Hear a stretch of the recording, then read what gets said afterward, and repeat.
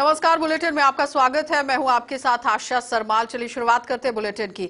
वनों को सहेजने के मामले में छत्तीसगढ़ राज्य पूरे देश में अव्वल है। वहीं एक और जहां कोरोना काल में पूरे देश में वन आधारित आर्थिक गतिविधियों में ठप ये दिख रहा था, वहीं मुख्यमंत्री भूपेश बघेल के नेतृत्व में छत्तीसगढ़ ने इस दौरान अच्छी उपलब्धि हासिल की है और लगभग लाखों से भी ज्यादा आय होने की संभावना जताई जा रही है। इस पर रिपोर्ट देख लीजिए। कोरोना ने पूरे विश्व की कमर तोड़कर रख दी थी, जिसके चलते पूरे देश की आर्थिक स्थिति डगमगा गई थी। ऐसी परिस्थिति में भी भूपेश सरकार ने ढाल बनकर वनवासियों को कोरोना काल में भी वनपोष के माध्यम से लाखों लोगों को रोजगार दिया। छत्तीसगढ़ में भूपेश सरकार ने एक और उपलब्धता हासिल की है। लॉकडाउन के दौरान देश भर में हुए वनपोष संग्रहण में सबसे अव्वल भागीदारी रही है। इससे वनवासियों को लगभग सालाना लाखों रुपए से भी ज्यादा की आय होने की संभावना है। ट्राइफेड के आंकड़ों के अनुसार अगर हम बात करें तो प्रदेश में जुलाई महीने तक 122 करोड़ रुपए मूल्य के 4,75,000 क्विंटल वनपोष संग्रहण किया गया है। संचार विभाग के अध्यक्ष शैलेश नितिन त्रिवेदी ने कहा कि जंगलों में रहने वाले वनवासियों के हित में भूपेश सरकार काम कर रही है। इस काम को आगे और मजबूत बनाने के लिए भी सरकार ही काम कर रही है। छत्तीसगढ़ पहला राज्य है जो समर्थन मूल्य वनपोषों को खरीदने के लिए कोशिश कर रहा है और जिसका ये सकारात्मक परिणाम है। आपको ये भी बताते चले कि छत्तीसगढ़ राज्य में सरकार ने न्यूनतम समर्थन मूल्य पर खरीदे जाने वाले वनपोषों की संख्या 7 से बढ़ाकर अब 52 कर दी है। छत्तीसगढ़ लघु वनपोषों के संग्रहण में देश में पहला स्थान है और ये इस वर्ष शुरुआती 6 महीने में ही लघु वन उपज के संग्रहण का सालाना लक्ष्य पूर्ण कर लिया गया था। वनवासियों के चेहरे पर अब मुस्कान देखी जा रही है। Bureau report.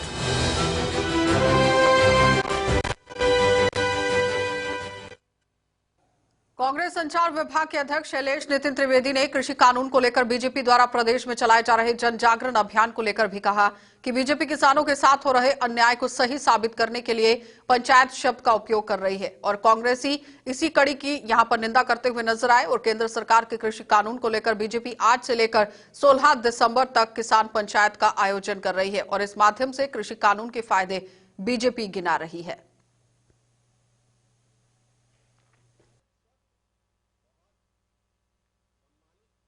देश में जो वनोपज संग्रहण का कार्य हुआ उसमें छत्तीसगढ़ ने 75% से अधिक काम किया है। छत्तीसगढ़ में जंगलों में रहने वालों के हित में लगातार भूपेश बघेल जी की सरकार, कांग्रेस की सरकार काम कर रही है और इसीलिए और इस काम को आगे और बढ़ाने और मजबूत बनाने का काम किया जा रहा है।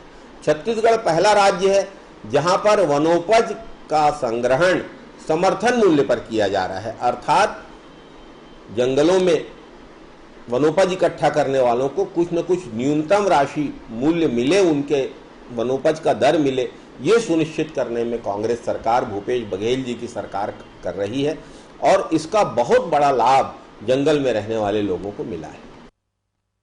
तो भाजपा की वरिष्ठ नेता व विधायक बृजमोहन अग्रवाल ने कहा कि केंद्र द्वारा लाए गए 3 कृषि कानूनों को किसानों की संपन्नता के लिए लाया गया है और कानून बताया गया है।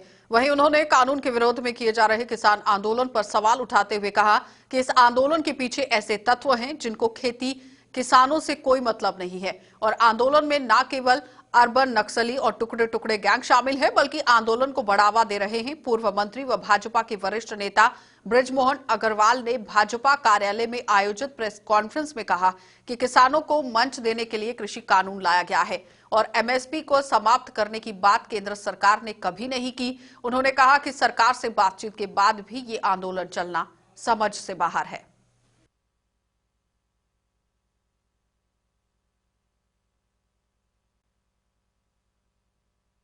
उत्पादन का मूल्य खुद तय करते हैं, परंतु किसानों को अपने उत्पाद का मूल्य तय करने का अधिकार नहीं है।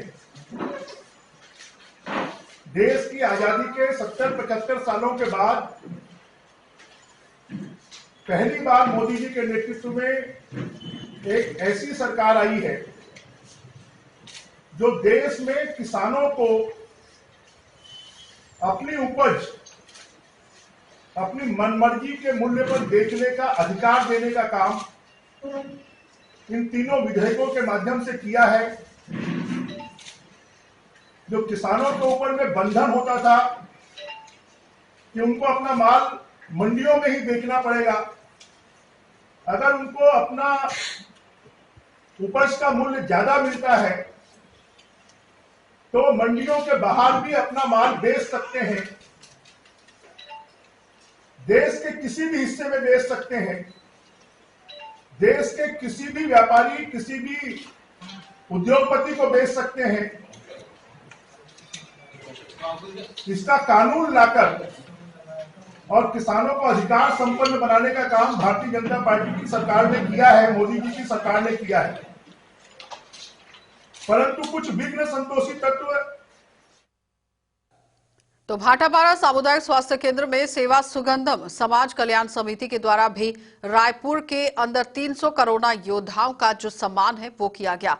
तो कोरोना योद्धाओं को सम्मान देने के लिए लगातार कवायद जो है वो चलाई जा रही है। और उसके साथ ही आपको बताते चले कि इस कार्यक्रम में वार्ड की मितानिन, जो कि अपने वार्ड में एक सहेली की तरह वार्ड के लोगों के साथ स्वास्थ्य के प्रति, गर्भवती महिलाओं की सुरक्षा एवं अस्पताल का इलाज मुहैया कराना और समय समय पर सरकार की योजनाओं की जानकारी और लाभ दिलवाने के लिए भी मितानिनों का सम्मान किया गया था आज। और उस पर ये बढ़ चढ़कर काम करती हुई भी दिखी थी। लेकिन सम्मान देने के लिए आप देखिए कि भारी तादाद में किस तरह से लोग वहां पर मौजूद रहे। विश्वव्यापी जो कोरोना काल में जो लोग अपनी सेवाएं दी है, चाहे वो सफाई कर्मचारी के रूप में हो, चाहे वो डॉक्टर्स के रूप में हो, चाहे वह समाज में पीड़ित लोगों को राशन देने की बात हो, ऐसी सारी जो योद्धा वो सभी लोग एक सम्मान के पात्र हैं। और ख़ास तौर से आज का यह जो सम्मान रहा है वह कोरोना योद्धा सम्मान यहाँ के समस्त डॉक्टर, पूरे स्टाफ और सफाई कर्मचारी, जिनको जो है आज हम लोग इस मंच के माध्यम से सम्मान किए। और इस भाटापारा शहर से सभी लोगों ने हमें सहयोग प्रदान किया। मुख्यमंत्री भूपेश बघेल ने आज अंबिकापुर में महामाया मंदिर के पास पहाड़ी में बनाए गए ऑक्सीजन पार्क का उद्घाटन किया। और इस अवसर पर पंचायत एवं ग्रामीण विकास मंत्री टीएस सिंहदेव, स्कूल शिक्षा मंत्री डॉक्टर प्रेम सहाय सिंह और टेकाम, यहां पर खाद्य मंत्री अमरजीत भगत, नगरीय प्रशासन मंत्री डॉक्टर शिव कुमार डहरिया, उच्च शिक्षा मंत्री उमेश पटेल, संसदीय सचिव चिंतामणि महाराज, सरगुजा क्षेत्र आदिवासी विकास प्राधिकरण के उपाध्यक्ष बृहस्पति सिंह और राज्य खाद्य एवं नागरिक आपूर्ति निगम है, उनके लिए यहां पर राम गोपाल भी मौजूद रहे।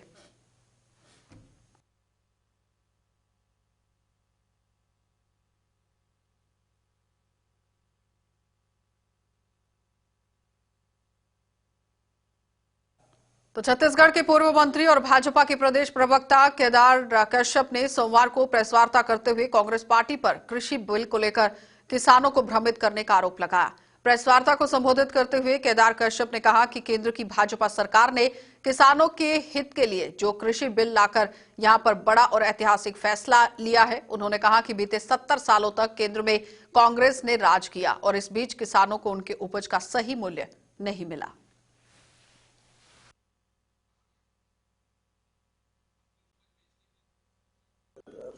थी उसी तरीके से उसी के आधार पर खरीदी की जाएगी, वही व्यवस्था लागू रहेगी। और जो हमारे यहाँ पर जो एपीएमसी मंडियाँ हैं वो भी खत्म नहीं होगी, उनके वहाँ पर भी हमारे किसान बंधु उसमें बेच सकते हैं।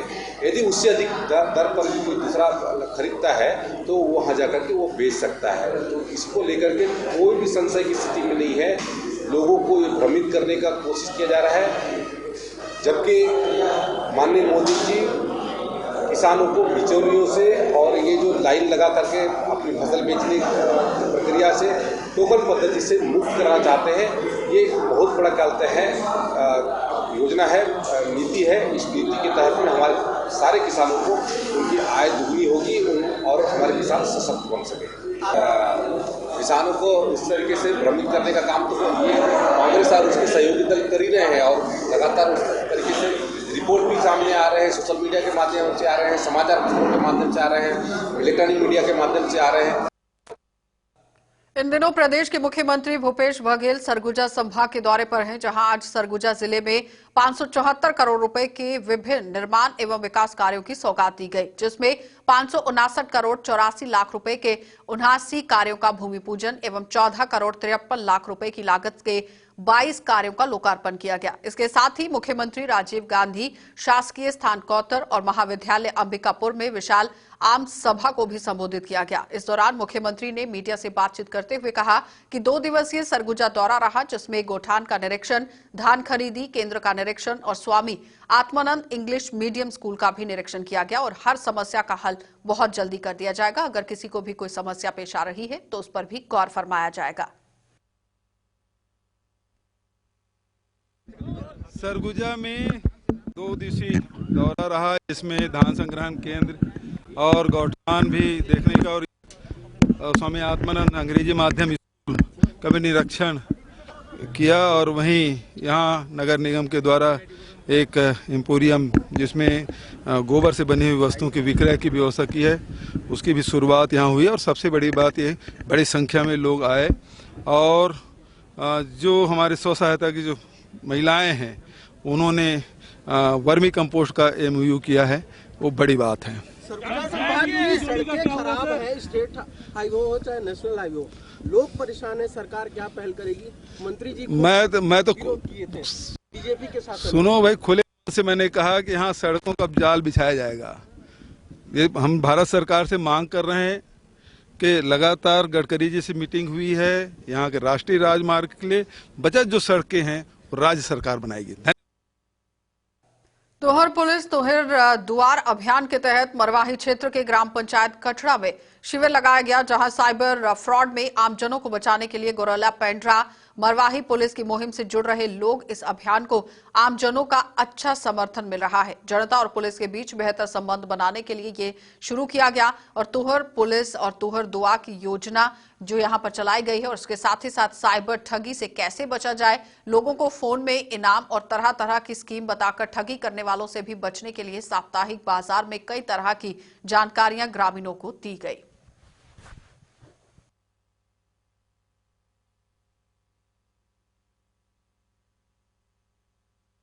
छत्तीसगढ़ बुलेटिन में फिलहाल इतना ही। देश और दुनिया की खबरों के लिए आप देखते रहिए JK 24/7 न्यूज।